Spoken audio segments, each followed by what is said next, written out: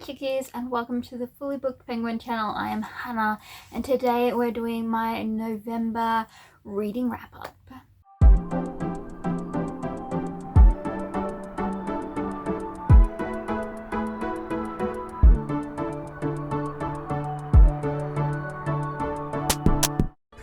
It is the last day of November. We're almost Christmas. We're almost December. I read a total of 7 books in November. I did start other books, but I didn't finish them. So we're just going to wrap it up where it is with 7 books. And that means that next month, in December, I have to read 11 books to reach my end of year goal of 100 books. So hopefully next month I feel more in the space to read. This month has been a little all over the place with health stuff going on, as well as a few things that I've been working out to do with my debut novel. So a lot's been going on. For our first book on our list, we have Katherine Center's The Bodyguard, which is a contemporary romance, and it is following Hannah, who is she's part of a protective agency, and she has recently lost her mother. Her relationship has broken down and ended, and then she gets assigned to Jack, who is a celebrity actor who has been not really working more recently but is still popular enough to have a stalker or 2 or 3. So she is assigned to him while he's home with his parents because there's a family scare, and so they might bond while she's protecting him and pretending that they are in a relationship because things go a little awry and they have to start fake dating. In this one, it does have swearing and it does have a few references to sex, but there's no explicit scenes in it. So I really enjoyed this book. I devoured it in an evening. I got it, read it, very quick through this one. The characters are quirky and lovable, and yes, it's cheesy. It's completely cheesy. There is so much cheese in this book, and yet I still loved it because I went into it knowing it was sort of a romantic comedy situation, so I didn't take anything too seriously, and I enjoyed it for that aspect. The romance is adorable and sweet, and Jack really does treat her really well.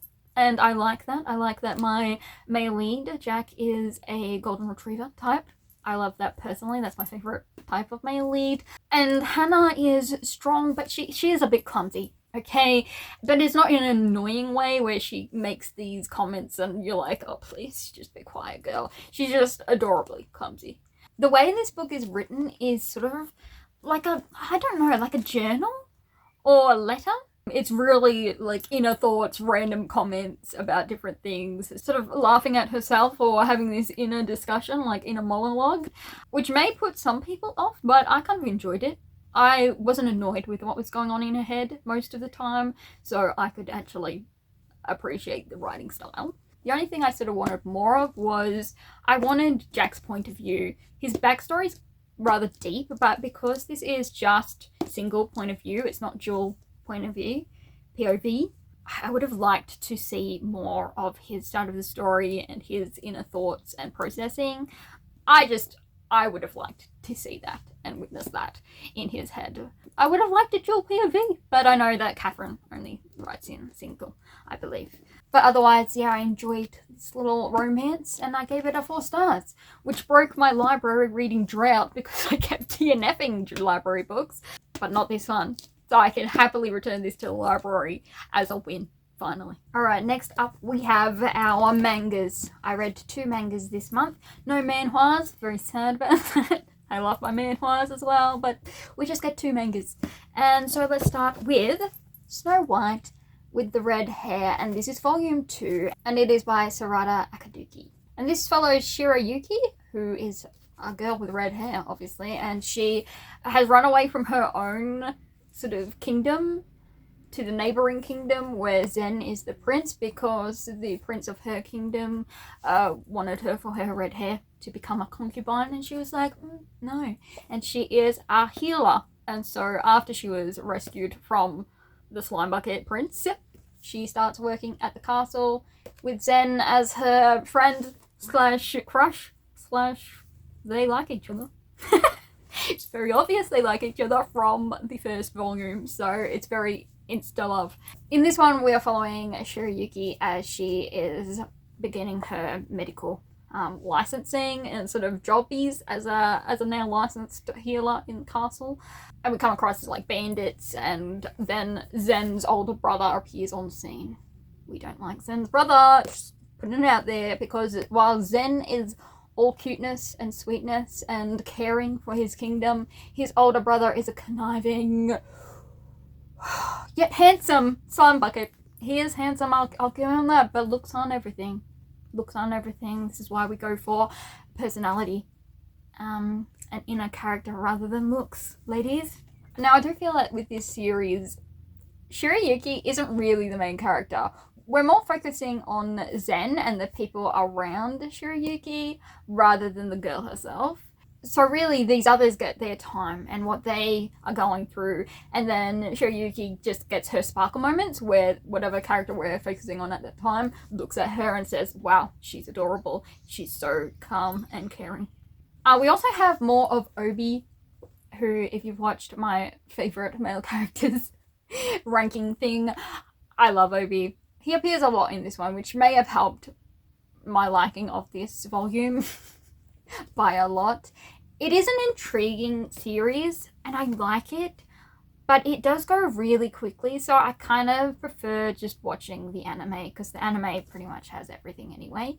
About a third, well, that's a quarter probably, of the book is just a side, like a completely other story, and I couldn't care less about this other story. So if you're buying the physical copy, unfortunately, they do randomly have other stories at the very end. But that aside, I won't be continuing collecting the series. I might find it elsewhere with like a digital copy, or from the library. Maybe the library has it, so I might continue it there rather than my own personal collection, because I love Obi. And I want to see more, but at the same time, it's not quite my level of detail and story. For this one, we gave it a 4 stars. It was enjoyable. But yeah, I won't be continuing collecting the series, but I will continue reading it. Next up, we have Yona of the Dawn, volume 31, and this is by Mizuho Kusanagi. Now, this follows Yona, who is the princess of a kingdom, but her father is killed. And then she runs away with her bodyguard, Hug. And she comes across little human dragons. She's collecting these dragons, and then she's trying to help her kingdom with the help of these semi-dragons. And currently, they have defeated a threat to the kingdom, and the advisor of the cousin, who's now ruling, the advisor kind of convinces them to go back to the capital, and then they take part in this competition, the dragons. And it's all a scheme to make the people not rebel against Syou, the new king. Because originally they said Yona was dead, and then Yona run away, and then a lot of, just so many falsehoods being told in order for Syou's taking over the throne to be legit. It wasn't legit, it was usurped. We hate him. I mean, is he doing better than the previous king? Yes. But he's also just unlikable because he has hurt Yona and many of Yona's friends. And Huck hates him, and I do too, but I hate the advisor more because they're setting up things in this one behind the scenes, and pretty much now Yona and the others are sort of under their grasp, and it's annoying. So what did I love about this volume? Well, I loved Yona, I loved Huck, I loved the dragons, I loved Jehaz, who's the green dragon, his humour, and I loved the protective vibes. What I hated was the enemy, the scheming, Mr. Advisor, and Syou. Yona of the Dawn is coming to a close. The mangaka, she's finishing it. And I am up to volume 31, and they're in the 40s. Almost 50s, is it? So I know it's going to start going downhill before it goes uphill again, and it's stressing me out. I just want everyone to be happy, but I know it's going to get worse before it gets better. And I know that's part of it, but I don't have to like it. For that reason, I gave this book a 4.5. I took a 0.5 away just for the anxiety, okay? Because I started shaking. I love these characters and I love this series. And is the 0.5 taken away for petty reason of it's stressing me out? Yes, there's nothing technically wrong. I personally only give books a 5 stars if I'm not anxietied out by the end. So overall, the series is a 5-star. And I will probably give it a 5-star at the very end, but this volume in particular is a 4.5. Next up, we have Will Prescribe You Another Cat by Syou Ishida. Well, this follows different people as they go and get prescribed a cat by this clinic. There's some weird magic realism stuff going on. So they get the cat and then their lives, little improvements or little realizations they get while they had these cats. I believe this volume has 4 stories in it. I didn't particularly love the first one because pretty much they just talked about kitty litter and poop a lot, and I didn't feel overwhelmed or super interested in the story. Number 2 I liked better, but again, there was nothing too much happening. Then the final 2 were rather interesting. So they were okay, but I wouldn't say it was the most interesting storytelling or the cases really got to me. I think I did cry at the last one, just a little bit of tears, but otherwise my attachment to stories or enjoyment weren't super high. I gave it a 3.5. I don't know what to say because it was just middling. I don't have anything super negative to say and I don't have anything super positive. So that's why it's a 3.5. It's just, yeah, it was a book. It was worth the read and I enjoyed talking to my friend about it. But otherwise, nothing really stood out to me. Now, our next book, I don't have the physical version of, but I did read it on my Kindle, and that is Hunted by K.M. Shea. And it is book 1 of the Pack of Dawn and Destiny trilogy, which is part of the overarching Magiford Supernatural City series. In this one, we are following Pip, who is a hunter, but she was adopted into a werewolf family and pack when she was young after her parents were killed in a hunting accident, and now she works at the local tourism spot, and then she also helps out around the pack, but the pack also use her for their training. And she feels disconnected from the pack because a new alpha, Grayson, has recently come into power, and she liked the previous alpha and was friends with the previous alpha's daughter. Grayson comes in, they get kicked out, and she's suspicious of Grayson. But there may be some secrets around her and her own powers and Grayson's transfer to this pack. I absolutely loved it. I love all the pack. I first thought this was going to be a bully thing, where she's like the weakling of the pack and they bully her no, that doesn't happen. They do, as I say, use her for their training, and it's a little everyone against her, and she really feels that and feels like she's an outsider. But there's no bullying happening. In fact, she is looked upon as like she's a puppy, but also they listen to her. When she speaks, they listen. But she does feel like it's only because they want to protect her little puppiness, you know. Grayson he's like a serious leader, but he's puppy vibes towards Pip, because he transforms into his wolf and just wants cuddles and affection, and I love that. That's the epitome of a golden retriever male lead. So I really loved it. How they were a little antagonistic, but at the same time it wasn't at each other's throats thing. And this one did have a couple of slower moments, but I feel it's the intro to a trilogy, so you're not going to just rush through the entire plot in the first book. And we have a lot of lore of the werewolves to catch up on, because we haven't been with the werewolves yet in this overarching series. So Pip is likable and sassy and strong in her different talents. And she does miss a few clues. She does. But that's a trend in these books. They miss certain things and you're like, why did you miss that? But it's part of the plot. You can't have everything revealed right at the start, and I get that. I get it. And so it's really fun being in her head because she has these quips. The only thing I didn't particularly enjoy was there were quite a few cat scenes. So she has these cats that she looks after. And personally, not a big cat fan. Sorry, there's a bunny outside, like a little baby bunny. So cats, yeah, they're not really my vibe. And I was a bit bored by the cats. Okay, I was bored. I was bored. But yes, Grayson is by far my favourite male lead of this series so far. I just adore him. That has been the only struggle with this series, is the male leads. I didn't really like Killian Fillion. I understood him, but at the same time, Killian Drake, not my vibe. And then Rigel was the second trilogy's bloke, and he was okay, but you didn't really get much of him. Like, you didn't get really close to him. But Grayson, I love him so much. He might be going into the favourites. We have to give him the whole series, though.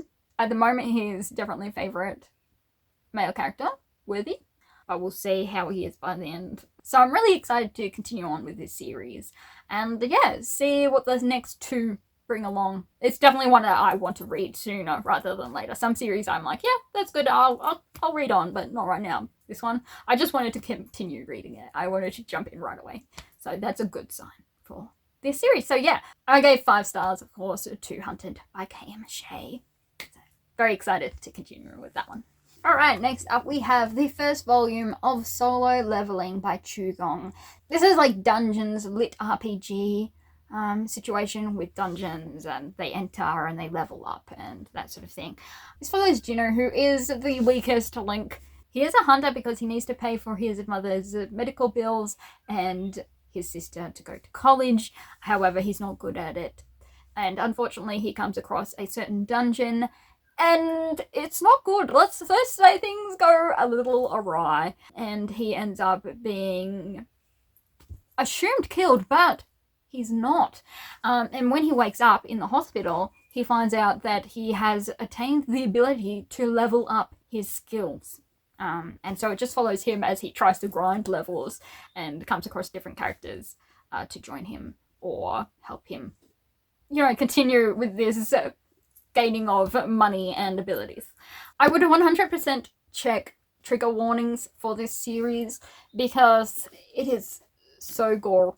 Well, for me, okay. For some who have gore all the time, probably not. But if you're a really visual thinker like me, and I see everything that's written, it's not pleasant. There's a lot of injury and death, and sort of graphic deaths. And there's also a couple other things as well that definitely require some trigger warnings. Do you know, you're kind of disconnected from him. He's not super likable, but he's not... It's weird how it's written because he's just leveling up and he doesn't actually want friends or people close to him. He's just trying to look after his sister and mother. He's kind of numbed because of the first incident. He's numbed himself to a lot of different things. He's really just looking at how other people can help him out, which is different from Kale. Kale from Lao of Count's family, he is also self-serving, but it's done in a kind of... That's what's happening in his head, but it's not what happens outside of his head. He's actually really caring in general. It's just he thinks selfish reasons, but it's more amusing, and you like him despite that. In this, I feel it's done in a way where you also don't really care. I don't know how to describe it. But yeah, this was volume 1. So we've gotten to a certain point, and he has leveled up quite a bit in that time. The other thing is there's sounds.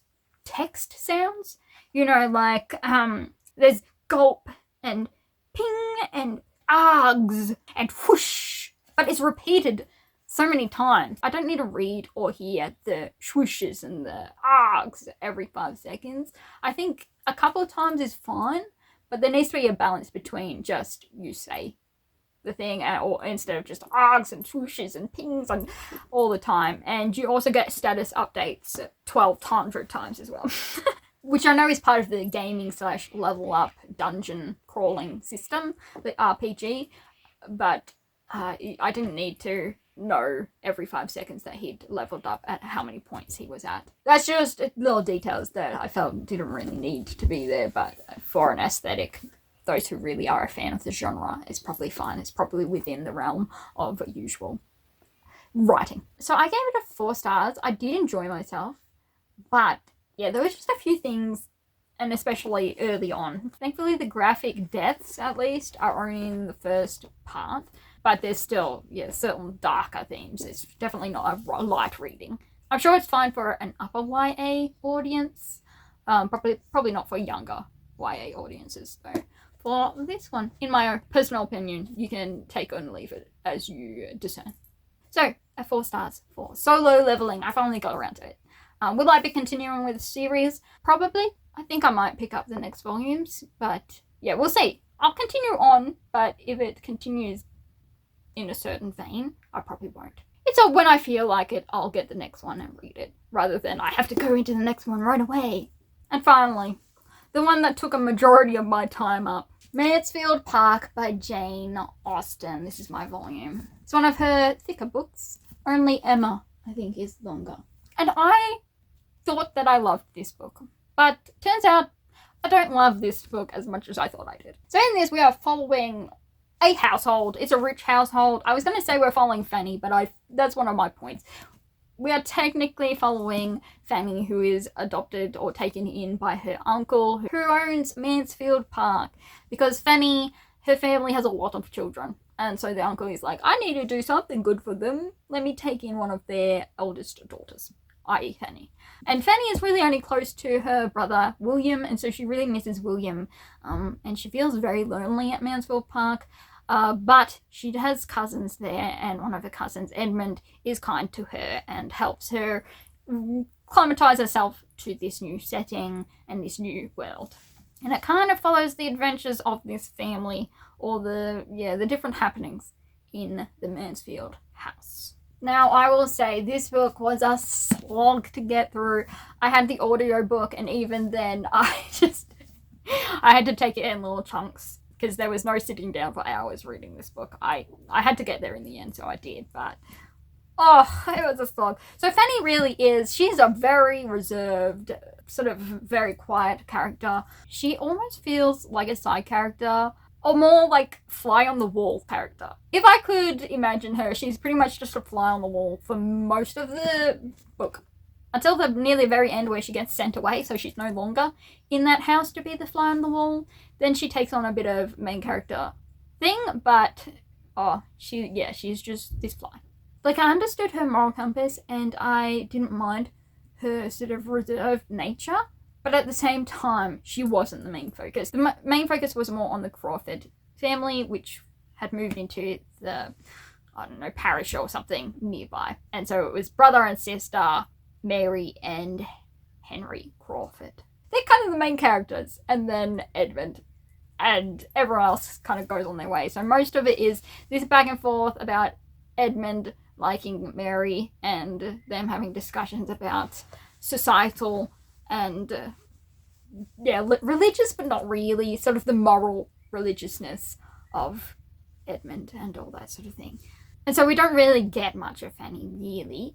We just know that she's head over heels in love with her cousin Edmund, and he sees her as a little sister, which is where my problem is, because until the very last chapter, I think it's the very last chapter, the final 13 pages, the final chapter is really the only time Edmund even considers Fanny as anything but a younger sister. I know Fanny is in love, but to be honest, Fanny is a rebound, because she is entirely different from Mary Crawford, and that is the only reason these two get together, is because he's like, it feels like he's just like, I don't want her, now that I've seen the error of my ways. You know who isn't Mary? Fanny. Okay, let's get married. And I just don't believe their relationship at all. So really, it was just the wrongs of that household was the main focus. There's a lot that goes on. I mean, it's a chunky book. It goes on forever. And I understood all the societal commentary. I understood all of it. It didn't go over my head, but it's not exactly pleasant to read about.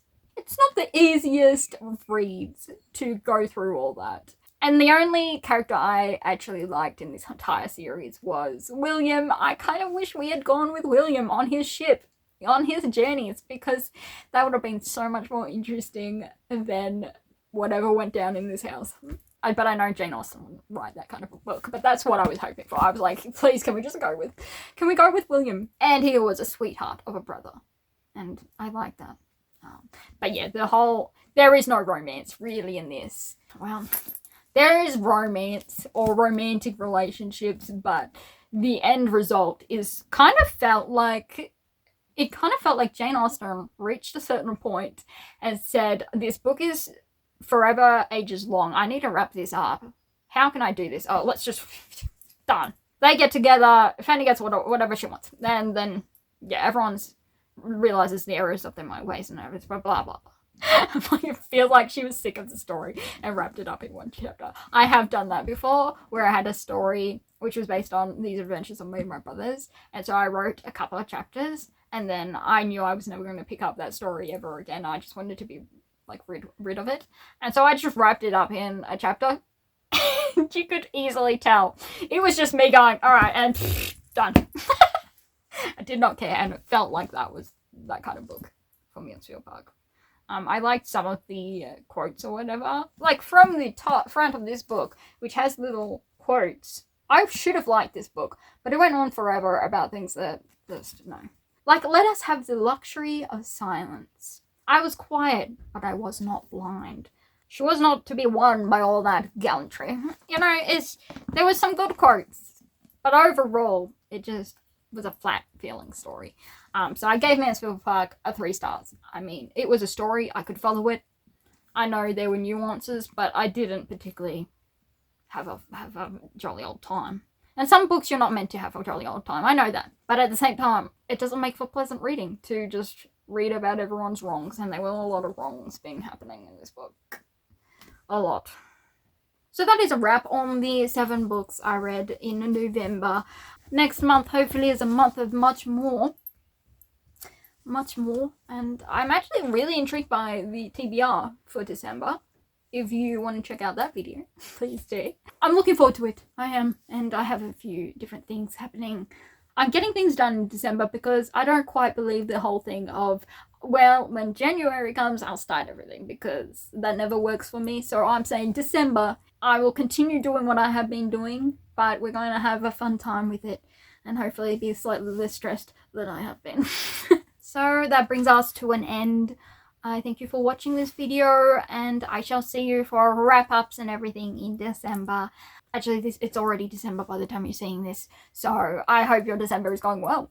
And more videos to come soon. As well as all the wrap-ups and end-of-year things, which I have to sort out still. So I wish you all fun days ahead, and until next time, peace!